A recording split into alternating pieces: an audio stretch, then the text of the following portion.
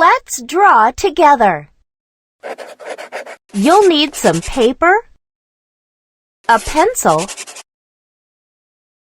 and an eraser. Touch the blinking arrow to get started. Are you ready? Let's draw a little girl.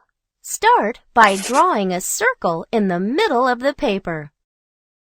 Let's give her a little dress like this. It's almost like a triangle. Now, let's draw a vertical line down and a horizontal one under that. Finish drawing the feet and legs like this. She doesn't have arms yet. Let's put one on each side, like this. Now it's time to add ears. Perfect! Girl needs eyes, a nose, and a mouth. There we go.